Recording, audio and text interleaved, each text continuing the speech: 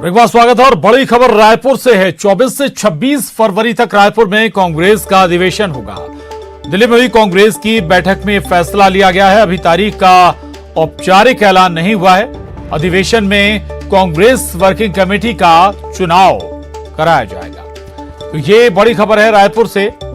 24 से 26 फरवरी तक रायपुर में कांग्रेस का अधिवेशन होने जा रहा है। दिल्ली में हुई कांग्रेस की बैठक में ये महत्वपूर्ण फैसला लिया गया है और हालांकि अभी तक तारीखों का औपचारिक ऐलान नहीं हुआ है। आपको यह भी बता दें कि इस अधिवेशन में कांग्रेस वर्किंग कमेटी का चुनाव भी होगा। ये बेहद महत्वपूर्ण अधिवेशन रायपुर में होने जा रहा है। इसी अधिवेशन में कांग्रेस वर्किंग कमेटी का चुनाव भी हो जाएगा। इस बार इस अधिवेशन के लिए छत्तीसगढ़ की राजधानी रायपुर का चुनाव कांग्रेस ने किया है। 24 से 26 फरवरी तक कांग्रेस का यह अधिवेशन छत्तीसगढ़ की राजधानी रायपुर में होने जा रहा है। हालांकि ऑफिशियली अभी अनाउंसमेंट नहीं हुई है तारीखों की, लेकिन लगभग तारीखें तय हैं।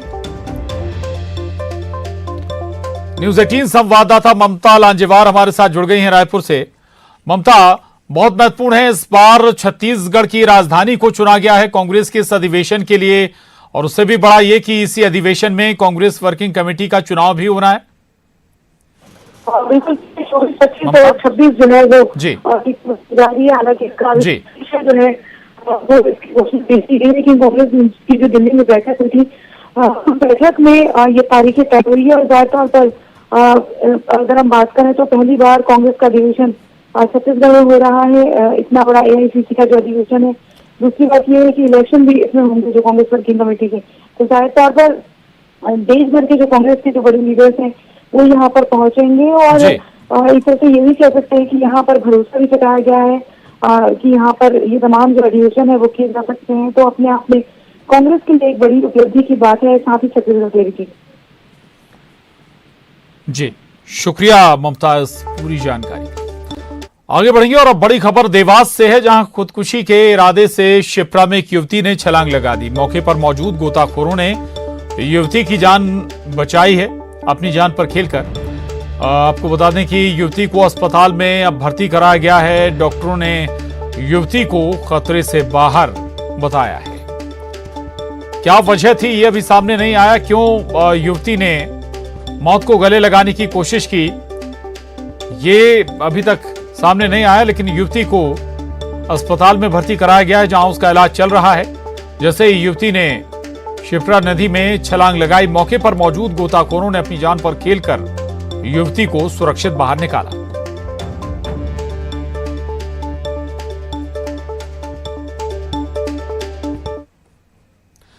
खबर कोंडा गांव से बड़ी खबर है। जनपद पंचायत में हंगामा हो गया और जनपद कार्यालय में बताया जा रहा है कि आपको दरअसल ताला लगाया गया। जनप्रतिनिधियों ने ताला लगा दिया है। कार्यालय के अंदर कर्मचारी बंद हैं।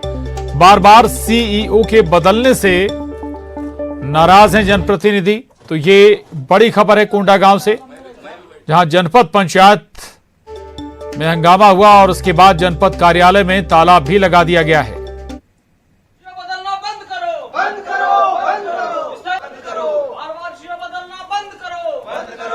बड़ी खबर है नारायणपुर से। सर्व आदिवासी समाज ने नगर बंद कराया। नारायणपुर कोंडा गांव स्टेट हाईवे पर चक्का जाम भी किया गया है। धर्मांतरण को लेकर दोनों पक्षों में भारी तनाव बना हुआ है। धर्म विशेष के लोगों पर मारपीट का आरोप भी लगाया गया है। नारायणपुर जिले के कई गांवों में तनाव बना हुआ है। बाजार स्थल से आदिवासियों ने रैली भी निकाली है। जिला और पुलिस प्रशासन हाई अलर्ट पर है। आला अफसर भी मौके पर मौजूद हैं। तो दरअसल पिछले कई दिनों से धर्मांतरण को लेकर तनाव बना हुआ है और उसके बाद अब दो पक्ष आमने सामने आ गए। मारपीट भी हुई है। सर्व आदिवासी समाज ने अब नगर बंद कराया है। नारायणपुर कोंडा गांव स्टेट हाईवे पर चक्का जाम भी किया गया है। धर्मांतरण को लेकर दोनों पक्षों में भारी तनाव बना हुआ है। धर्म विशेष के लोगों पर मारपीट का आरोप भी लगाया जा रहा है। तो ये तस्वीरें देखिए आप। पुलिस बल भी मौके पर मौजूद है और इसमें कुछ पुलिस कर्मी भी जख्मी हुए हैं। इस तनाव के बीच तो जिला और पुलिस प्रशासन हाई अलर्ट पर है। आला अफसर मौके पर मौजूद हैं।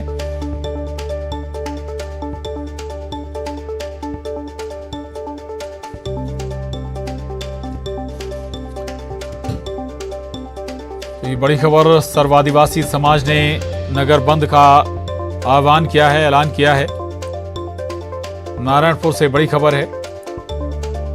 नारायणपुर कोंडागांव स्टेट हाईवे पर भी चक्का जाम किया गया है। धर्मांतरण को लेकर पिछले कुछ दिनों से नारायणपुर में बवाल चल रहा है। विवेक श्रीवास्तव हमारे साथ जुड़े हैं नारायणपुर से। विवेक, अभी क्या हालात हैं, क्या स्थिति है? प्रशासन हालात संभालने में नाकाम क्यों नजर आ रहा है? विवेक।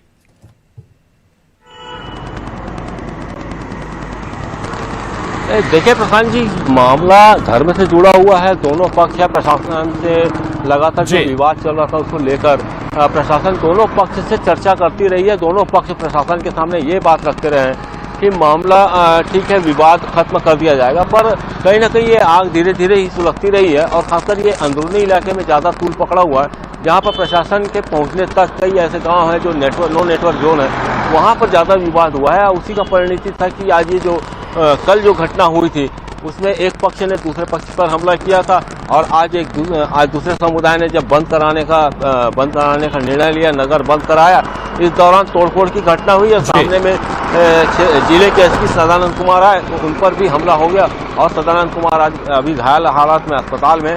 हालांकि राजनीतिक पार्टी तीनों दल हैं, उनके लोगों को वहां पर बैठाया गया है और वो सब थाने में बैठकर आपस में चर्चा करें कि किस तरीके से माहौल शांत कराया जाए। और हालांकि लगातार नेता भी जो है वो जनप्रतिनिधि वो भी अपील कर रहे हैं कि शांति बनाए रखें। जो भी मामला है या जो भी आरोपी है उन पर कार्रवाई की जाएगी। जो कल की घटना थी उसको लेकर इस प्रकार के सांप्रदायिक माहौल को ना बिगाड़े, लगातार अपील भी की जा रही है। हालांकि अभी माहौल की स्थिति जो है वहाँ की कुछ नियंत्रण में नजर आ रही है। जी, ये दोनों पक्ष आमने सामने हैं, मारपीट के आरोप भी लगे। किसने किस पर हमला किया, क्या स्थिति है, थोड़ा ये भी बताइए। कम्युनिटी इसकी आदिवासियों से किसी दूसरे धर्म में कन्वर्शन हो रहा है, वो हमलावर हैं, या फिर जो कन्वर्टेड हो चुके हैं वो हमलावर नजर आ रहे हैं?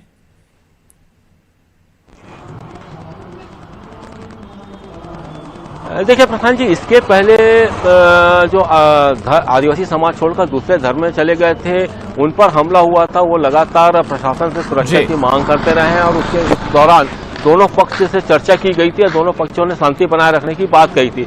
पर कल जो घटना हुई है वो जो धर्म छोड़कर चले गए हैं उनके द्वारा आदिवासी समाज के लोगों पर हमला किया गया और उस हमले के बाद आज आदिवासी समाज नाराज होकर नगर बंद कराने निकला था और लोगों को ये कह रहा था कि धर्मांतरण का विरोध किया जाए और इसी रैली और बंद के दौरान ये घटनाएं घटी हैं। जी प्रशांत। बिल्कुल, प्रशासन क्या कर रहा है ये अपने आप में सवाल भी है, क्योंकि एक पूरी प्रक्रिया है, प्रोसेस है। अगर कोई धर्म परिवर्तन करता है, क्या उन तमाम गाइडलाइंस को फॉलो किया जा रहा है, पालन किया जा रहा है? विवेक।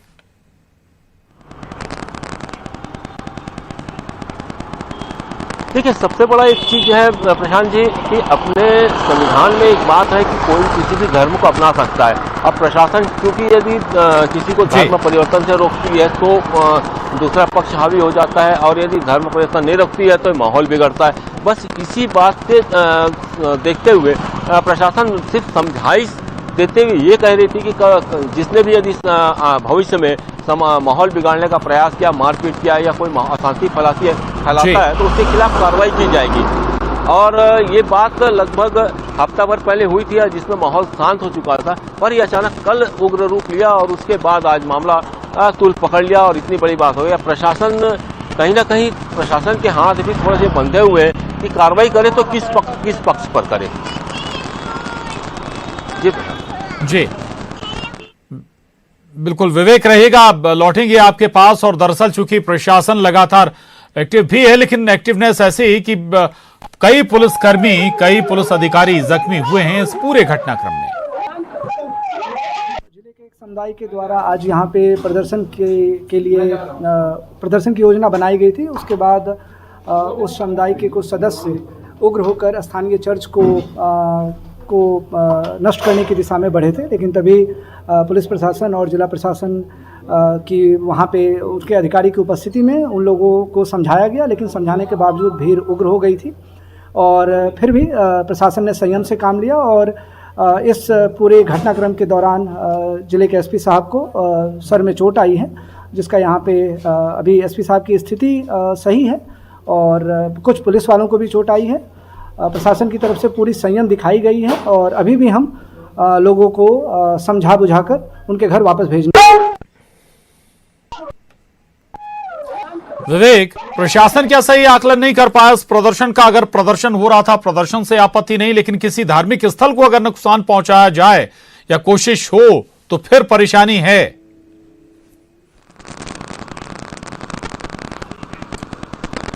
जी प्रशांत जी, जिस तरीके से कल की जो घटना हुई थी उसके बाद आज जब प्रदर्शन की बारी आई थी तो प्रशासन उस तरीके से माहौल को नहीं समझ पाया था या कहें कि नज़रअंदाज कर दिया था कि माहौल इतना उग्र हो सकता है।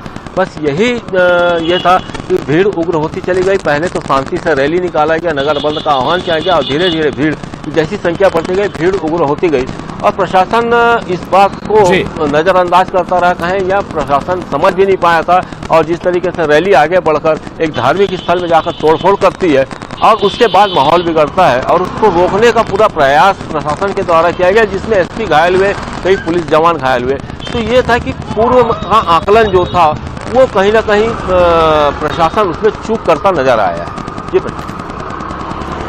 बिल्कुल, प्रशासन की बड़ी चूक भी यहाँ कह सकते हैं जो हालात इस वक्त बने हैं। बहुत शुक्रिया आपका इस पूरी जानकारी के लिए विवेक, धन्यवाद। तो आपको बता दें कि नारायणपुर में दरअसल धर्मांतरण को लेकर दो पक्ष आमने सामने आ गए और काफी दिनों से दरअसल तनाव बना हुआ था और इसी तनाव का नतीजा ये रहा कि आज बड़ा प्रदर्शन एक पक्ष ने किया। आदिवासी समाज के द्वारा एक मीटिंग रखी गई थी जिसमें उनके जो लीडर्स थे उनसे कलेक्टर साहब और मेरे द्वारा कलेक्टर साहब के चैम्बर में उनको बुला करके बातचीत भी की गई थी कि आप लोग अपना शांतिपूर्वक उसको रखें। तभी जो है कुछ लोग जो है नेतृत्व विहीन होकर के चर्च के ऊपर हमला करने के लिए चले गए थे। तो वहाँ पुलिस बल के साथ मैं भी वहाँ पहुँचा और समझाने की कोशिश कर रहे थे और वहाँ पे कोशिश कर रहे थे, तभी जो है सब मान भी गए थे। इसके बाद सब निकल गए और पीछे से किसी ने मेरे ऊपर जो है हमला किया जिसमें चोटिल हो गया, लेकिन फिर भी प्रशासन के द्वारा, पुलिस के द्वारा पूरी तरह से संयम रखा गया और संयमित करके सभी को अलग कर दिया गया है और उन्हें जो है हटा दिया गया है और विधि पूर्वक इस पर कार्रवाई की जाएगी। गिरफ्तारी हुई है क्या सर किसी? अभी विधि सम्मत कार्रवाई के लिए आगे करेंगे जो भी इसमें होगा। तो नारायणपुर में हुए इस बवाल में कई पुलिसकर्मी और पुलिस अफसर भी जख्मी हुए। बुलेटिन में बस इतना ही, खबरों का सिलसिला जारी है।